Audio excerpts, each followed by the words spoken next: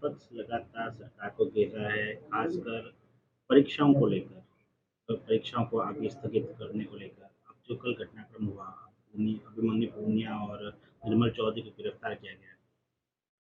पहले तो आपको मैं दुरुस्त कर दूं, निर्मल चौधरी को किसी ने गिरफ्तार नहीं किया। एक, जहां तक दूसरे व्यक्ति को गिरफ्तार करने का प्रश्न है, 2022 में कांग्रेस के कार्यकाल के दौरान पुलिस के साथ हाथापाई करने, राज कार्य में बाधा पहुंचाने वगैरह वगैरह जो भी आरोप लगे हैं, वो मुकदमा कांग्रेस कार्यकाल के दौरान दर्ज हुआ। उसकी तफ्तीश भी कांग्रेस कार्यकाल के दौरान हुई, जहाँ तक मेरी जानकारी है।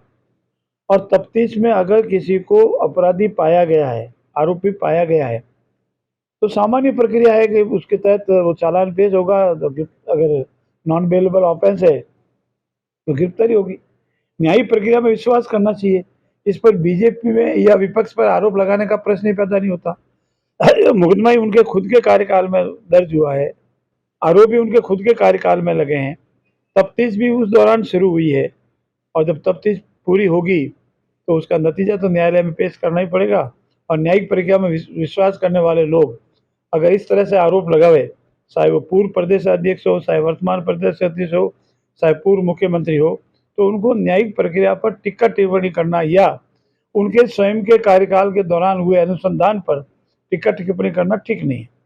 सर, लेकिन जिस तरह से गिरफ्तारी की गई यूनिवर्सिटी में एग्जाम देते हुए, उसको लेकर काफी सवाल जो है विपक्ष उठा रहा है कि यूनिवर्सिटी में एग्जाम देते हुए गिरफ्तारी करनी पुलिस की प्रक्रिया का भाग है। जहां मुलजिम मिलेगा वहीं गिरफ्तार किया जाएगा। इसमें कोई आरोप प्रत्यारोप का विषय ही नहीं है। क्या ये लगातार जिस तरह से अभिमन्यु पूनिया धरना दे रहे थे स्थगन को लेकर, और लगातार राकेश वैष्णव मामले में जिस तरह से एसएमएस के बाद धरना दे रहे थे, विपक्ष का कहना है कि ये लोग उसका जो है कहीं न कहीं खुन्नस निकाल रहे हैं, बदला निकाल रहे हैं। कुछ भी खुन्नस नहीं है। जहाँ तक डॉक्टर राकेश के मामले का प्रश्न है, उनके जो भाई है, परिवार के सदस्य है, उन्होंने अपनी मर्जी से बातचीत करके समाधान होने के उपरांत समझौता किया, और समझौते के उपरांत अभिमन्यु जी भी वहाँ आए थे, भाई दूसरा क्या बताए, युवा छात्र वो भी वहाँ हैं, निर्मल चौधरी भी वहाँ आए थे, अन्य लोग भी वहाँ आए थे, सबकी मौजूदगी में सबके राजी खुशी हुआ है, कोई विषय ही नहीं है। और चूंकि कोई अपराधी अनुसंधान में पाया गया है, अपराधी माना गया अनुसंधान में, और उसको तो चालान पेश होने की प्रक्रिया तो चालान पेश होगा, उससे इससे कोई संबंध नहीं। वो मुकदमा 2022 का है, और इसमें इनको जो टेंट लगाने का है वो मुकदमा 2025 का है। इसका कोई संबंध ही नहीं है। गलत आरोप कांग्रेस का आदत पड़ गई है। उनके पास मुद्दा नहीं है, विजन नहीं है, और सिर्फ नकारात्मक राजनीति, आरोप प्रत्यारोप और सुर्खियों में रहने की कांग्रेस की आदत है। सचिन पायलट ये कह रहे हैं कि लोकतांत्रिक तरीके से जो है सरकार कार्य कर रही है।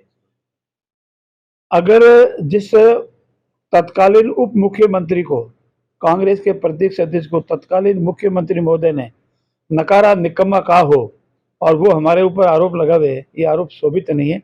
वर्तमान मुख्यमंत्री आदरणीय भजनलाल जी के नेतृत्व में ये सरकार बहुउद्देशीय को लेकर के, समाज के हित के कार्य लेकर के, सर्वांगीण विकास को लेकर के, राजस्थान अमृतकाल में समृद्ध और विकसित बने, इसको लेकर के कार्य कर रही है। नकारात्मक राजनीति छोड़ें, सकारात्मक सुझाव दें, और आइए राजस्थान के विकास में सहभागी बनिए। मेरा इतना ही निवेदन है। आखिरी सवाल सर, पूर्व मुख्यमंत्री अशोक गहलोत लगातार प्रदेश अध्यक्ष पर हमला बोल रहे हैं कि उन्होंने जब स्थगन का आरएस एग्जाम को लेकर आश्वासन दिया तो भी नहीं हुआ। इसके बाद में अब फर्स्ट ग्रेड भर्ती परीक्षा को लेकर भी युवाओं की नहीं सुनी जा रही है। जिस राज में दौरान नकल माफिया हावी हुए, जिस राज के दौरान नकल माफिया को हावी होने दिया गया, सभी परीक्षाओं संदेह के घेरे में है। परीक्षा समय पर की नहीं, परीक्षा समय की तो रिजल्ट टाइम पे निकाला नहीं, नौकरी दी नहीं, वो अब इससे तिलमिला गए।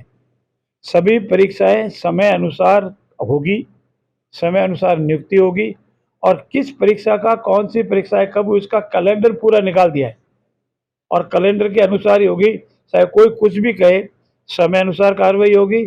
और जो हमारा संकल्प है, इस वर्ष बजट आने के तब 1 लाख की नौकरी, और 5 वर्ष में 4 लाख की बेरोजगार नौजवान भाई बहनों को, बच्चों को सरकारी नौकरी, और करीब 10 लाख तक की अपॉर्चुनिटी सेवा में जाने की, वो सब पूरा करेंगे।